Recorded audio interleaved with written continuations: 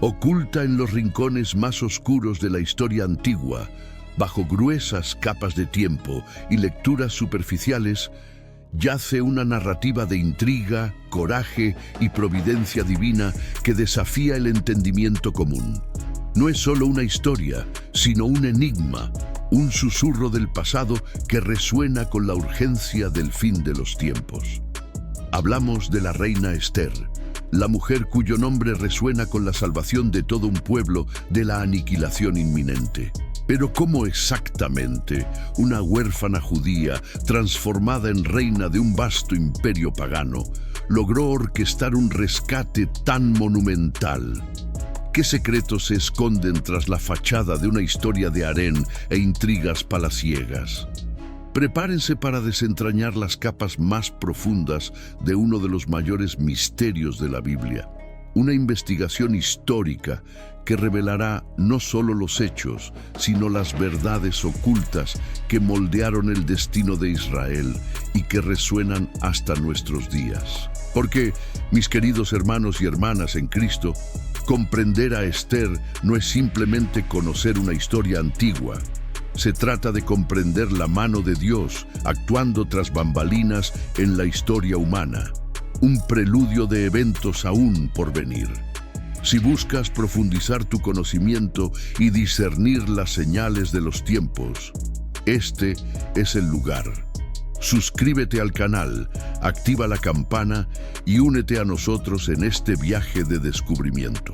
La historia de la reina Esther comienza en un contexto de exilio y desesperación. Tras la destrucción de Jerusalén y el cautiverio babilónico, muchos judíos se dispersaron por el imperio persa, una superpotencia que se extendía desde la India hasta Etiopía, abarcando 127 provincias. Es en este vasto y complejo escenario donde encontramos a Mardoqueo, un judío de la tribu de Benjamín, que residía en Susa, la capital del imperio.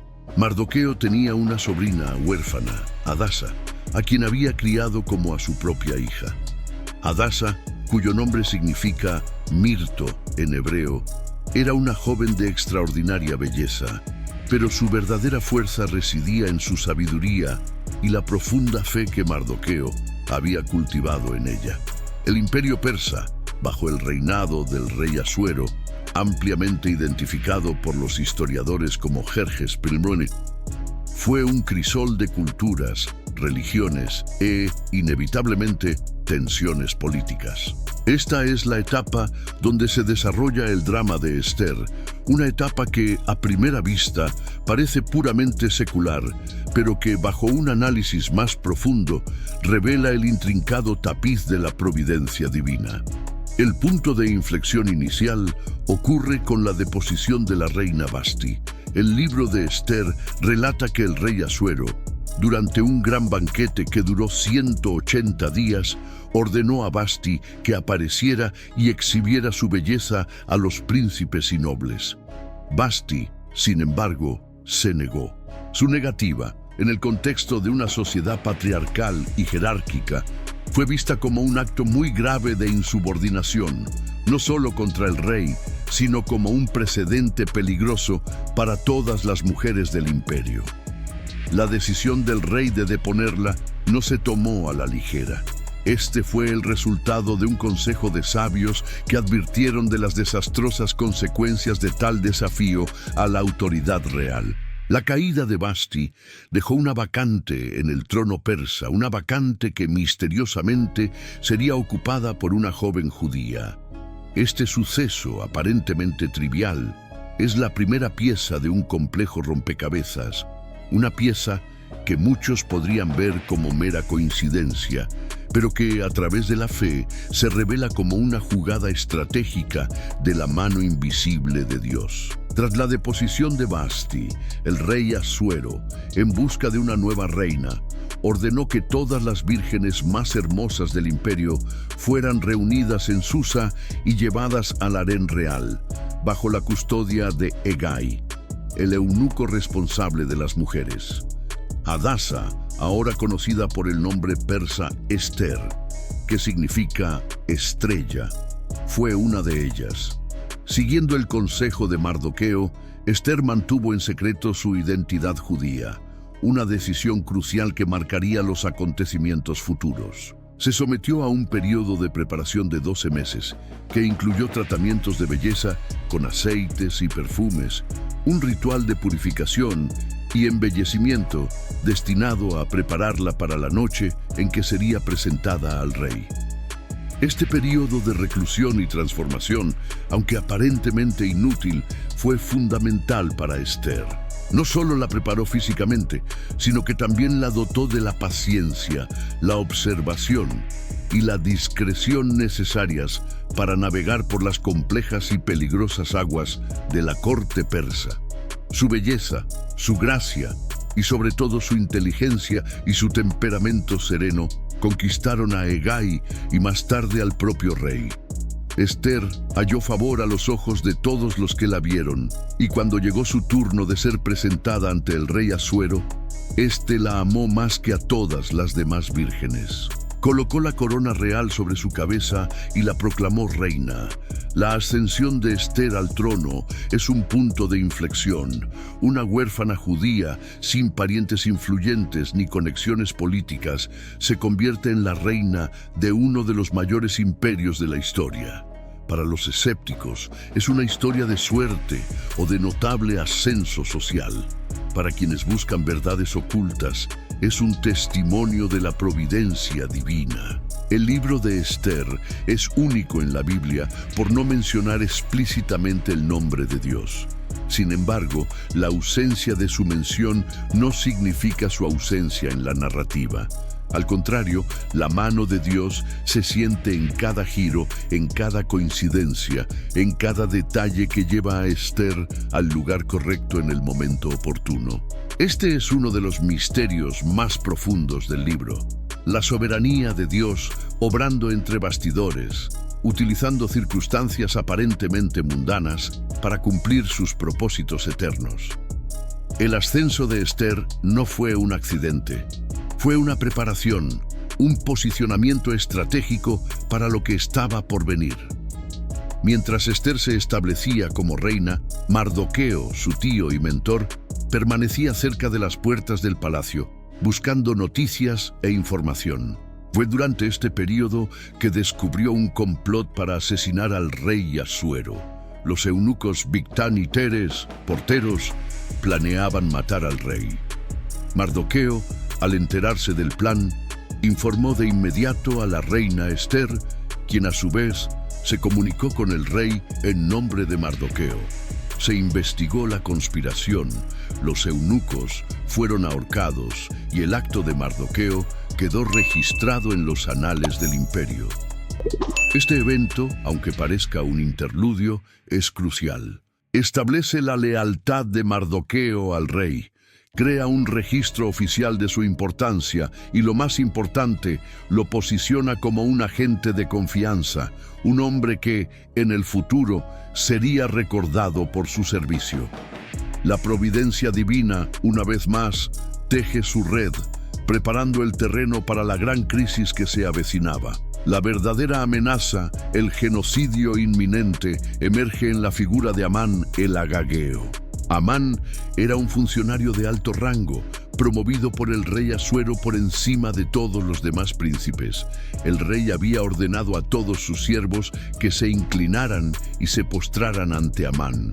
Sin embargo, Mardoqueo, por ser judío y debido a su fe, se negó a postrarse. Para él, la postración estaba reservada solo para Dios.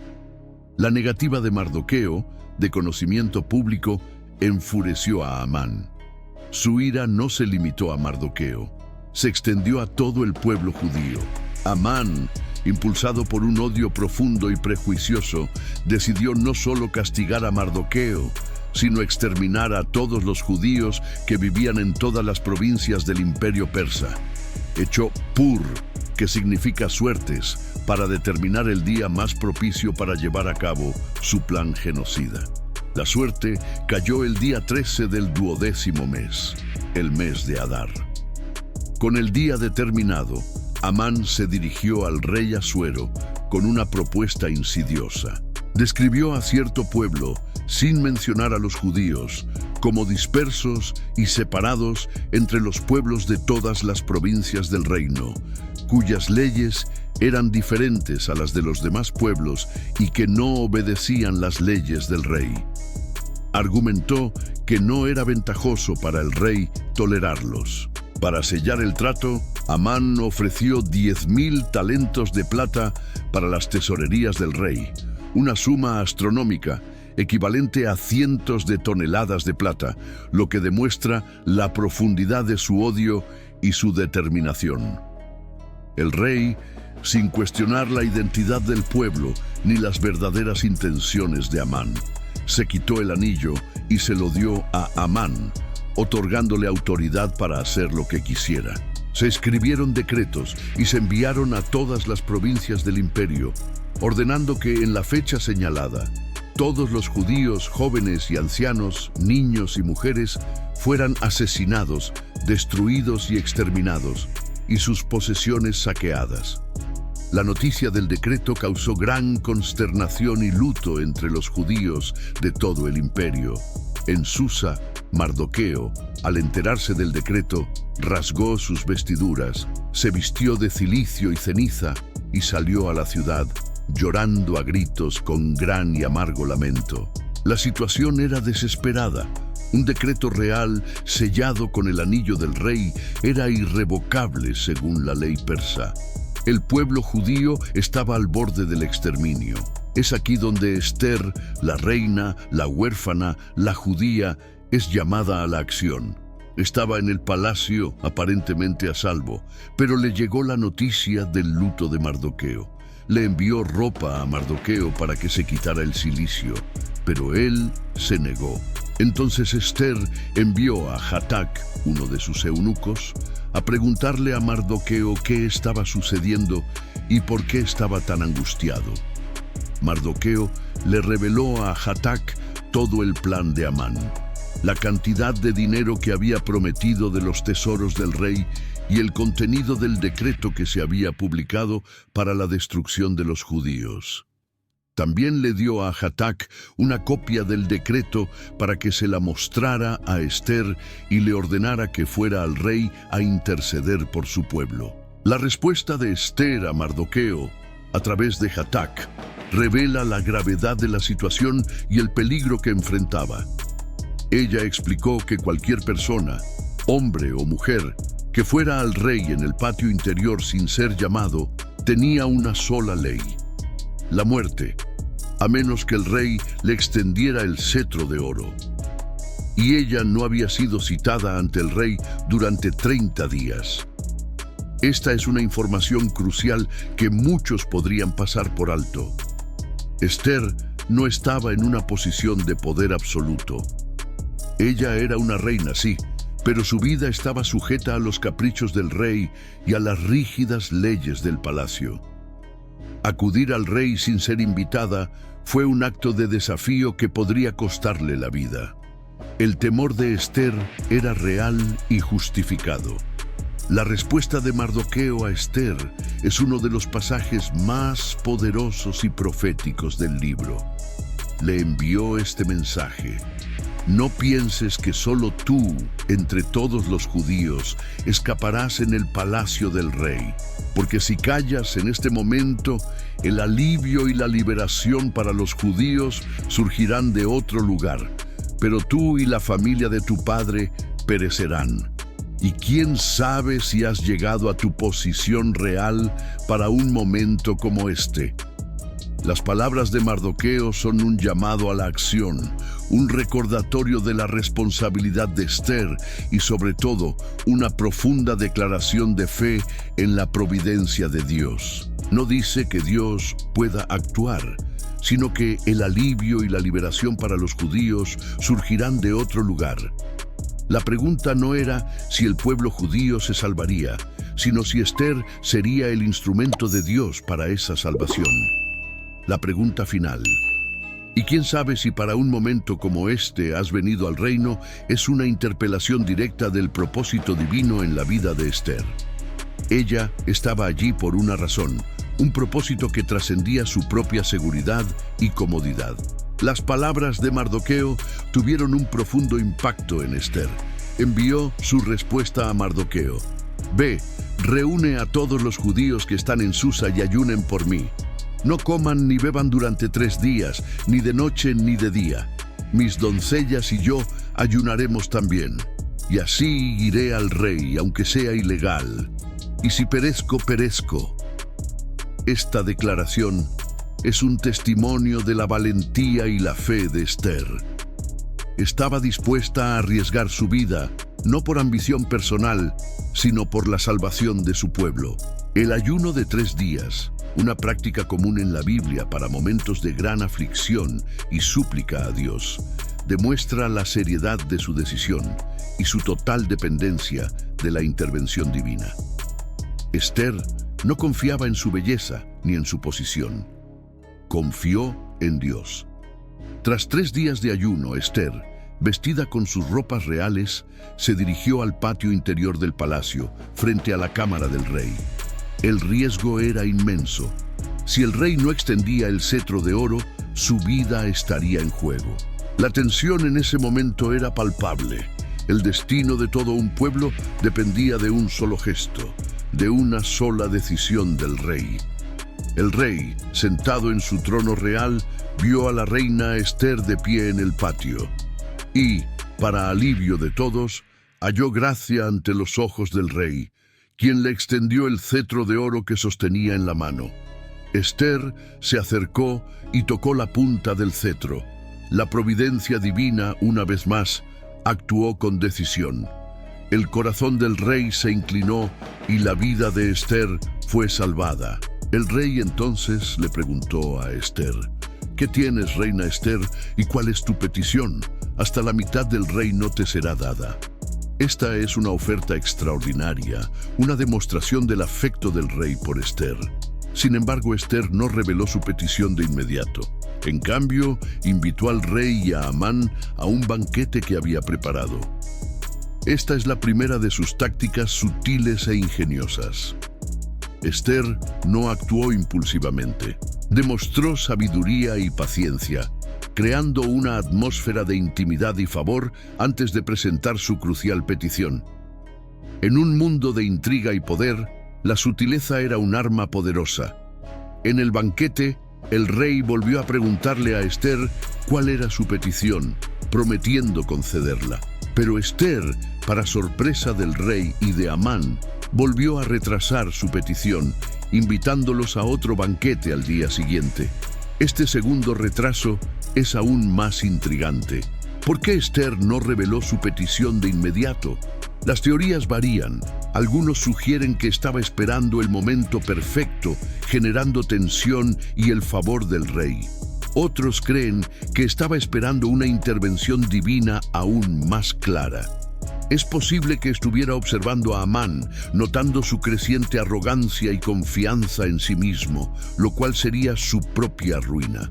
La sabiduría de Esther, en este caso, es notable. No se precipitó, sino que orquestó los acontecimientos con precisión quirúrgica. Amán, al salir del primer banquete, estaba eufórico. Había sido honrado por el rey y la reina y se sentía en la cima de su poder. Sin embargo, al ver a Mardoqueo sentado a la puerta del rey, sin levantarse ni temblar ante él, la alegría de Amán se convirtió en furia. Regresó a casa y se jactó ante su esposa Ceres y sus amigos de su riqueza, sus numerosos hijos y los honores que el rey le había concedido, incluyendo la invitación exclusiva a los banquetes de la reina. Pero añadió: «Todo esto no me sirve de nada mientras vea al judío Mardoqueo sentado a la puerta del rey». Ceres y sus amigos, en su arrogancia y maldad, sugirieron que Amán construyera una horca de 50 codos de altura, unos 22 metros, y pidiera al rey permiso para colgar a Mardoqueo en ella a la mañana siguiente.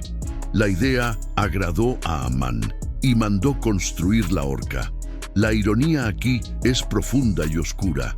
Amán, en su ceguera y odio, estaba construyendo el instrumento de su propia destrucción. Esa misma noche, La providencia divina intervino de forma aún más explícita. El rey Asuero no podía dormir. Ordenó que le leyeran el libro de los anales, las crónicas del reino. Y por casualidad, o como saben los creyentes por designio divino, el pasaje leído fue el que narraba cómo Mardoqueo había descubierto la conspiración de Bigtán y Teres para asesinar al rey. El rey preguntó qué se había hecho para honrar y recompensar a Mardoqueo por este servicio. Sus sirvientes respondieron que nada. En ese preciso momento, Amán había llegado al patio exterior del palacio para pedirle permiso al rey para colgar a Mardoqueo en la horca que había preparado.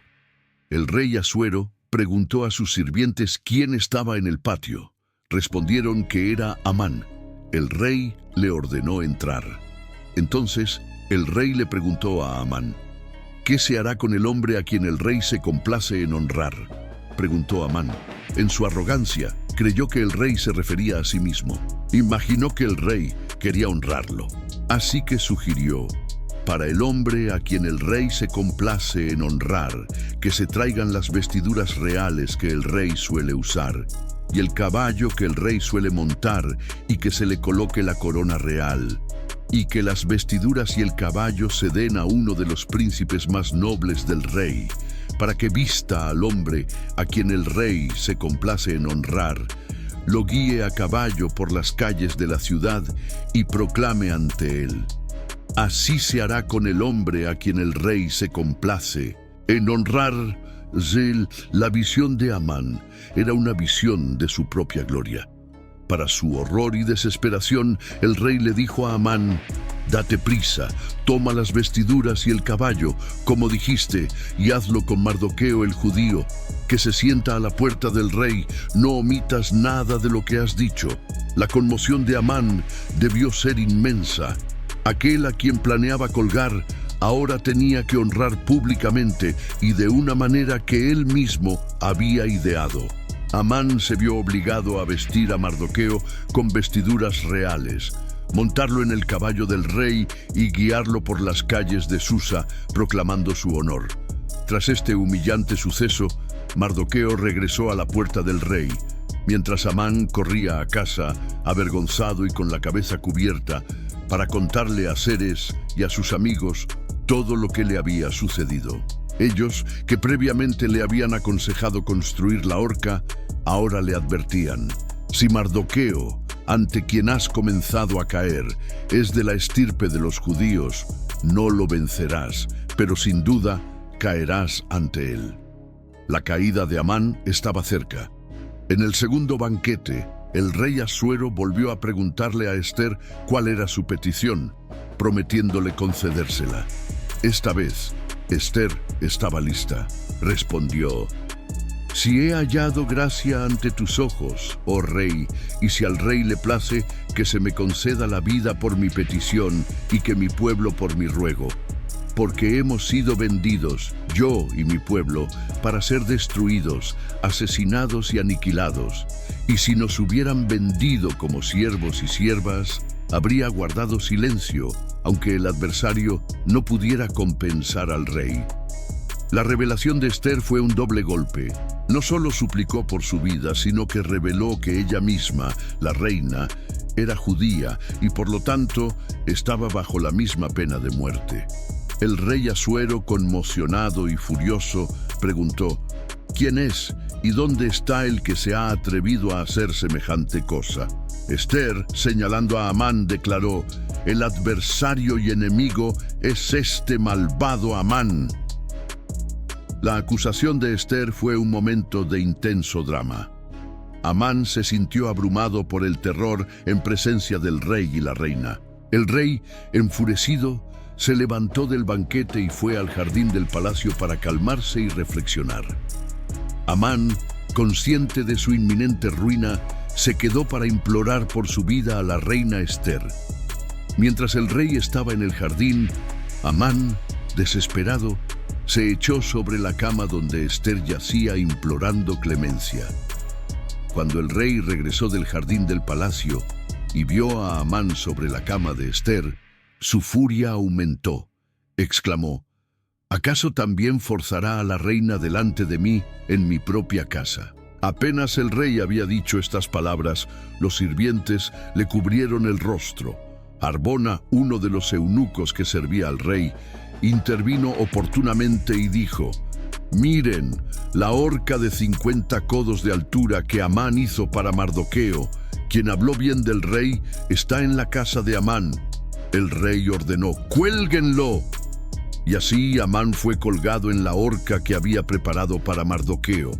Se cumplió la justicia poética. La muerte de Amán eliminó la amenaza inmediata, pero el decreto de exterminar a los judíos seguía vigente, y según la ley persa, no podía revocarse. El rey tomó su anillo de sello que le había sido arrebatado a Amán y se lo dio a Mardoqueo. Ester nombró a Mardoqueo al frente de la casa de Amán. Entonces Ester volvió a interceder ante el rey por su pueblo, pidiéndole que anulara el malvado plan de Amán.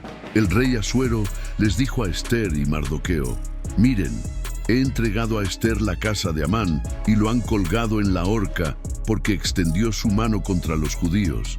Por lo tanto, ustedes también escriban a los judíos como les parezca conveniente, en nombre del rey, y séllenlo con el anillo del rey, porque lo que está escrito en nombre del rey y sellado con el anillo del rey no puede revocarse». Mardoqueo, ahora con la autoridad del rey, redactó nuevos decretos. Estos decretos se enviaron a todas las provincias, permitiendo a los judíos reunirse y defender sus vidas. Se les permitió destruir, matar y exterminar a todos los que los atacaran, incluyendo mujeres y niños, y saquear sus posesiones. El día 13 del 12º mes, el mes de Adar, que había sido el día señalado para la destrucción de los judíos, se convirtió en el día en que pudieron defenderse de sus enemigos. La noticia de este nuevo decreto trajo alegría y júbilo a los judíos. En Susa, Mardoqueo salió de la presencia del rey vestido con túnicas reales de azul y blanco, con una gran corona de oro y un manto de lino fino y púrpura, y la ciudad de Susa exultó y se regocijó. Los judíos tenían luz y alegría, regocijo y honor. El día 13 de Adar, los judíos de todo el imperio se reunieron para defenderse. Atacaron a sus enemigos, matando a muchos que los odiaban. En Susa mataron a 500 hombres. Los 10 hijos de Amán también fueron asesinados y ahorcados. Ester pidió al rey que permitiera a los judíos de Susa continuar la defensa al día siguiente, lo cual fue concedido, resultando en la muerte de 300 hombres más. En todas las provincias, los judíos mataron a 75,000 de sus enemigos, pero no tocaron sus posesiones. Este acontecimiento, la victoria de los judíos sobre sus adversarios, se celebra anualmente en la festividad de Purim, un día de alegría, banquetes y ofrendas, un recordatorio eterno de la salvación que les fue concedida. La historia de Ester es, por lo tanto, mucho más que un relato palaciego. Es una profunda lección sobre la providencia divina, la valentía humana y la guerra espiritual.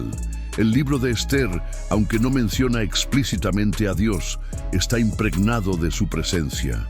Cada casualidad, cada giro del destino, cada detalle apunta a la mano invisible de Dios orquestando los acontecimientos para la salvación de su pueblo. Ester, una joven aparentemente insignificante, fue colocada en una posición de poder por un propósito divino. Su valentía al arriesgar su vida, su sabiduría al planificar sus pasos y su fe en Dios son ejemplos poderosos para nosotros hoy. La ausencia del nombre de Dios en el libro de Ester ha sido objeto de mucha discusión teológica. Algunos la interpretan como una demostración de que Dios actúa incluso cuando no lo percibimos directamente, que su soberanía opera tras bastidores de la historia, utilizando a hombres y mujeres comunes e incluso a reyes paganos para cumplir sus planes. Este ocultamiento de Dios en el texto puede ser una metáfora de cómo obra en nuestras vidas, a menudo sutilmente, en eventos que parecen puramente naturales o fortuitos. Pero para quienes tienen ojos para ver, la firma divina es inconfundible. Esther es un prototipo, una sombra de los acontecimientos venideros. Así como Esther fue levantada para salvar a su pueblo del genocidio, Jesucristo, el verdadero Rey, fue levantado para salvar a la humanidad del genocidio espiritual, de la condenación eterna.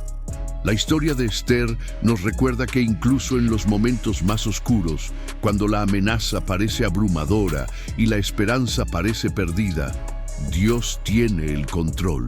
Él tiene un plan y usará a sus fieles siervos para llevarlo a cabo. Para quienes buscan verdades ocultas y profecías del fin de los tiempos, la historia de Esther resuena con urgencia. La persecución de los judíos y la amenaza de exterminio son temas recurrentes a lo largo de la historia y, según las profecías bíblicas, se intensificarán en los últimos días. El libro de Esther nos enseña que no debemos permanecer callados ante la injusticia y la amenaza.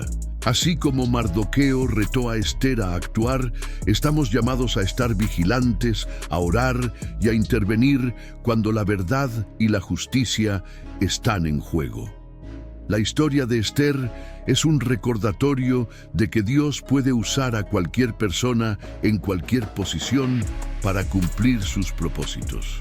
Sin importar nuestro origen, nuestra posición social o nuestros temores, si estamos dispuestos a ser instrumentos en sus manos, Él puede usarnos para grandes cosas. La festividad de Purim, que se celebra anualmente, es un testimonio vivo de esta historia, un recordatorio continuo de la fidelidad de Dios y la valentía de Esther. Sirve de puente entre el pasado y el presente, conectando a los judíos de hoy con su rica herencia y la providencia divina que los ha sostenido a lo largo de los siglos. La reina Esther, la mujer que salvó a su pueblo del genocidio, no es solo una figura histórica, es un símbolo de esperanza, fe y la inquebrantable soberanía de Dios. Su historia nos invita a mirar más allá de las apariencias, a discernir la mano de Dios obrando tras bambalinas de la historia y en nuestras propias vidas.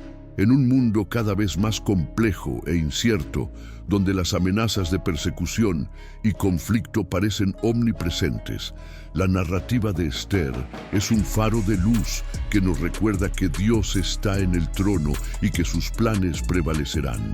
Aprendamos de la valentía de Esther y de la fe de Mardoqueo, y estemos preparados para los desafíos venideros, confiando siempre en la providencia de nuestro Señor.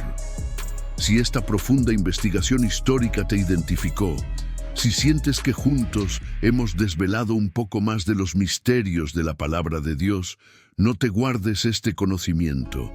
Comparte este video con tus amigos, familiares y en tus redes sociales.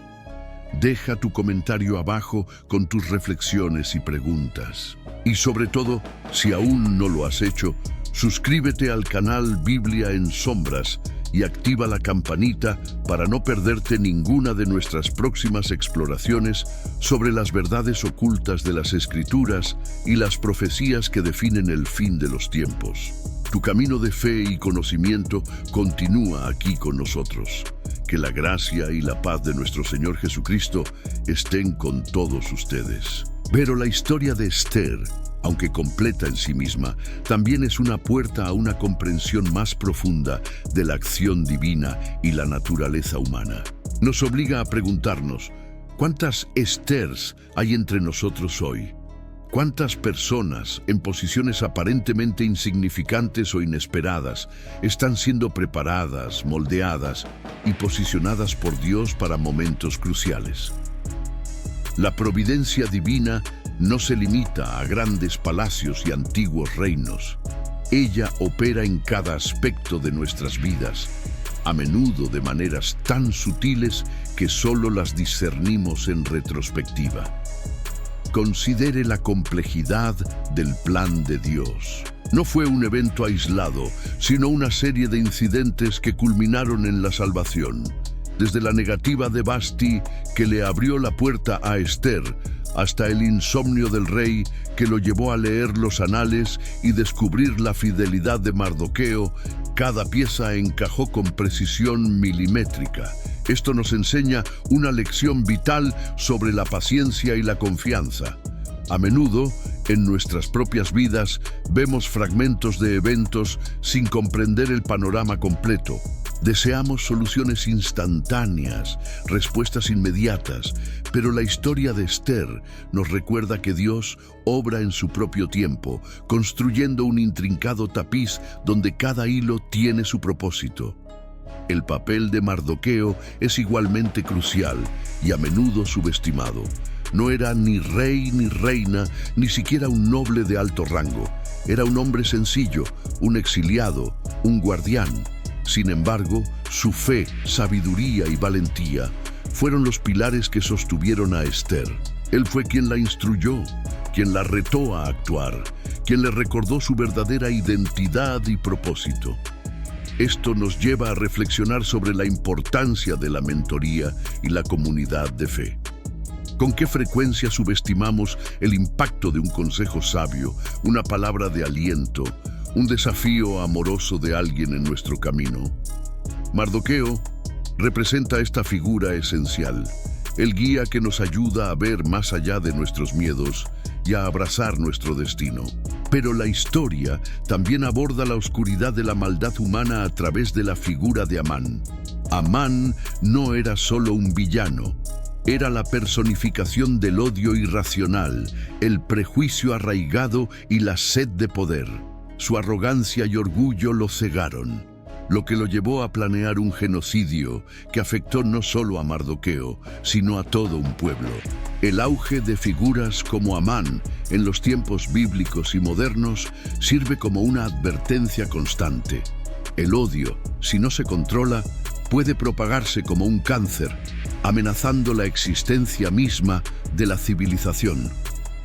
La historia de Esther es, por lo tanto, un sombrío recordatorio de la fragilidad de la paz y la constante necesidad de vigilancia contra las fuerzas de la intolerancia. Sin embargo, incluso ante tal oscuridad, prevalece la luz de la esperanza. El coraje de Esther no fue una audacia temeraria, sino una fe calculada, templada con sabiduría y oración. No actuó impulsivamente, sino que buscó la guía divina y la solidaridad de su pueblo. El ayuno y la oración colectivos antes de su audiencia con el rey son un poderoso testimonio de la fuerza de la intercesión. No era solo Esther quien estaba en riesgo, era todo su pueblo. Y la respuesta a esta amenaza no fue solo la acción individual de una reina, sino la unidad espiritual de una comunidad. Esto nos enseña que, en tiempos de crisis, la fe colectiva puede mover montañas. La festividad de Purim, como ya hemos mencionado, es más que una celebración histórica. Es un mandamiento divino, un recordatorio perpetuo de la providencia de Dios. Pero también conlleva profundos matices culturales y espirituales.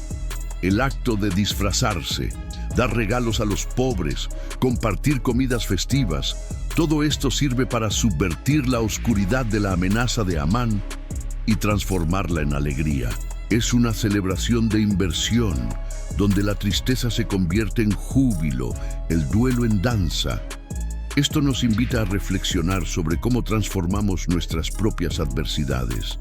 En lugar de permitir que la desesperación nos consuma, ¿cómo podemos encontrar maneras de celebrar la fidelidad de Dios, incluso en medio de las pruebas, transformando el dolor en propósito y la oscuridad en luz? La narrativa de Esther también nos desafía a mirar las casualidades de nuestras vidas con nuevos ojos. La negativa de Vasti, el insomnio del rey, el registro en los anales, la llegada de Esther al palacio en el momento oportuno. Para un observador secular, todo esto podría atribuirse a la casualidad. Pero para quienes tienen ojos de fe, cada uno de estos eventos es un testimonio de la mano invisible de Dios. Él no es un simple observador distante, Él es un participante activo, moviendo piezas en el tablero de la historia para cumplir sus planes. Esto nos anima a buscar a Dios en cada detalle, a ver su providencia, no solo en los grandes milagros, sino también en las pequeñas coincidencias que tejen la trama de nuestras vidas. ¿Y qué hay de la relevancia de Esther para el fin de los tiempos? En un mundo donde la persecución religiosa va en aumento, donde la intolerancia y el antisemitismo resurgen bajo nuevas formas, la historia de Esther resuena con renovada urgencia. Nos recuerda que el pueblo de Dios siempre enfrentará desafíos, pero que la fidelidad divina es constante. Nos prepara para los días venideros, donde la fe puede ser puesta a prueba y la valentía será esencial. Seremos los Esther y Mardoqueo de nuestra generación, dispuestos a defender la verdad y la justicia, incluso cuando el precio sea alto. La historia de Esther es un llamado a la acción. No basta con admirar su valentía, estamos llamados a emularla. Estamos llamados a discernir el propósito de Dios en nuestras vidas, a abrazar nuestra identidad en Cristo y a usar las plataformas que Él nos ha dado para su gloria. Ya sea en nuestro trabajo, en nuestra familia, en nuestra comunidad o en nuestra esfera de influencia, cada uno de nosotros tiene un papel que desempeñar en el plan divino. Quizás no estemos llamados a interceder ante un rey literal, pero sí a interceder en oración, a decir la verdad con amor, a defender a los oprimidos y a ser una luz en un mundo cada vez más oscuro. La soberanía de Dios es un tema central en Esther, pero es una soberanía que coexiste con la responsabilidad humana. Dios tenía un plan para salvar a su pueblo, pero usó la decisión y la valentía de Esther para ejecutarlo. Esto nos libera de la pasividad y nos llama a la acción. No podemos simplemente esperar a que Dios lo haga todo. Somos sus colaboradores, sus instrumentos. Él nos ha dado libre albedrío y la capacidad de tomar decisiones que impactan no solo nuestras vidas, sino también las de quienes nos rodean y el curso de la historia. La narrativa de Esther, por lo tanto, trasciende el tiempo y la cultura. Es una parábola viviente para cada generación, un espejo en el que podemos ver reflejados nuestros propios miedos, nuestras propias oportunidades y nuestro propio potencial para la grandeza divinamente inspirada. Nos recuerda que Dios no está limitado por las circunstancias, ni por la lógica humana, ni por las malas intenciones de los hombres.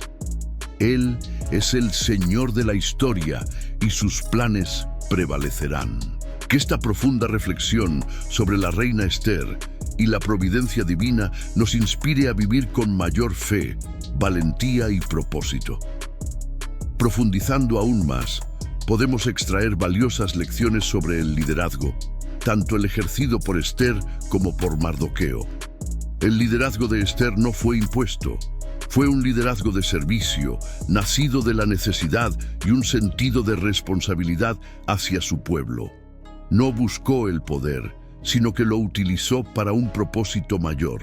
Su enfoque fue estratégico, no impulsivo. Ella comprendió la dinámica de la corte, la psicología del rey y la importancia del tiempo. Su liderazgo se caracterizó por la humildad, al pedir oración y ayuno, la sabiduría, al planificar los banquetes, y la valentía al arriesgar su vida. Mardoqueo, a su vez, demostró un liderazgo visionario y profético. Previó la amenaza antes de que se materializara por completo y actuó para advertir y movilizar. Su liderazgo no buscó ser el centro de atención, sino que se centró en el bienestar de su pueblo. Fue el mentor, el estratega tras bambalinas, quien impulsó a Esther hacia su destino. Juntos, formaron un poderoso equipo de liderazgo. demostrando que diferentes estilos y roles son esenciales para el éxito.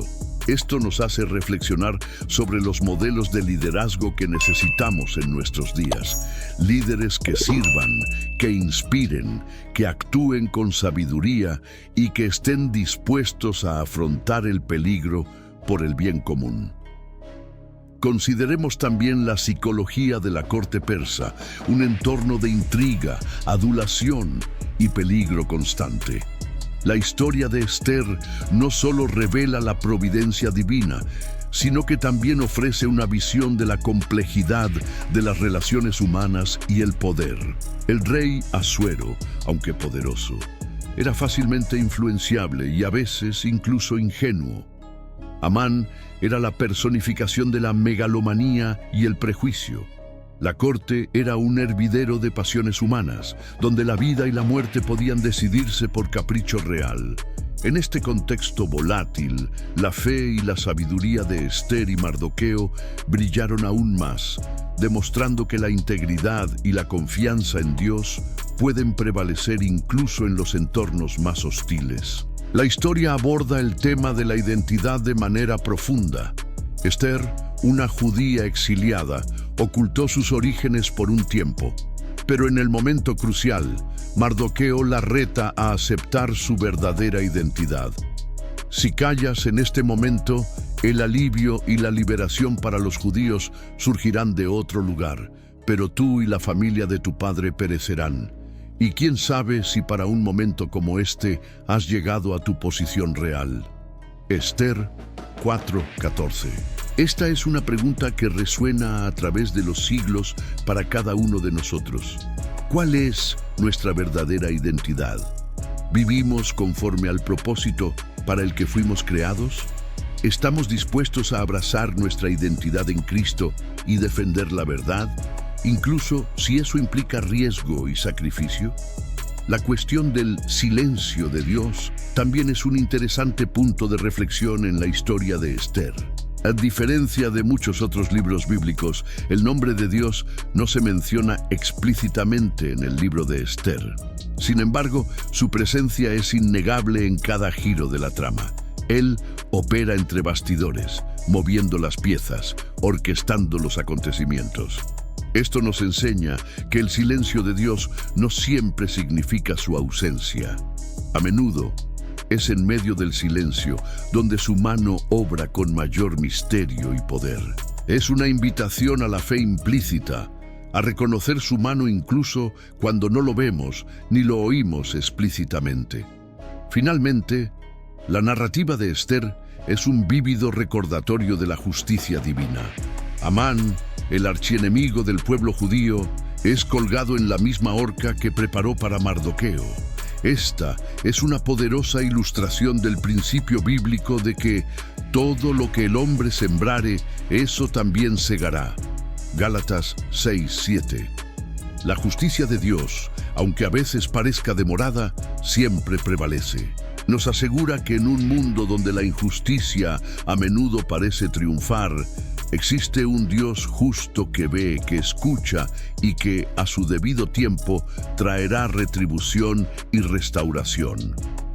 Que estas reflexiones adicionales sobre la historia de Esther te inspiren a ver la palabra de Dios con nuevos ojos, a discernir la providencia divina en tu propia vida y a prepararte para los desafíos venideros. La historia de Esther no es solo un relato antiguo, es un mensaje vivo para hoy, un llamado a la valentía, la fe y la acción en un mundo que necesita desesperadamente luz. Si te ha conmovido este profundo viaje a través de las Escrituras, si tu fe se ha fortalecido y tu comprensión se ha ampliado, entonces este es el momento de actuar. No permitas que este conocimiento se quede solo en tu mente. Deja que transforme tu corazón y tus acciones. Comparte este contenido con tus seres queridos, con quienes buscan respuestas, con quienes necesitan esperanza. Tu participación es vital para que este mensaje de fe y providencia llegue al mayor número de personas posible. Dale me gusta a este video para que el algoritmo de YouTube lo distribuya a más espectadores. Comenta a continuación y comparte cómo te identificas con la historia de Esther, qué lecciones aprendiste y qué preguntas aún persisten. Tu interacción enriquece nuestra comunidad y nos ayuda a profundizar aún más en futuras exploraciones. Y si aún no formas parte de nuestra creciente familia de buscadores de la verdad, únete a nosotros. Suscríbete al canal Biblia en Sombras y activa la campanita para recibir notificaciones sobre cada nuevo video. Nos comprometemos a seguir desentrañando los misterios de la palabra de Dios, explorando profecías, historias y enseñanzas que son más relevantes hoy que nunca. Tu camino de fe y conocimiento es infinito y nos honra recorrerlo junto a ti. Que la gracia, la sabiduría y la valentía de Dios te acompañen en cada paso del camino. Hasta la próxima exploración, que la paz del Señor Jesucristo esté con todos vosotros.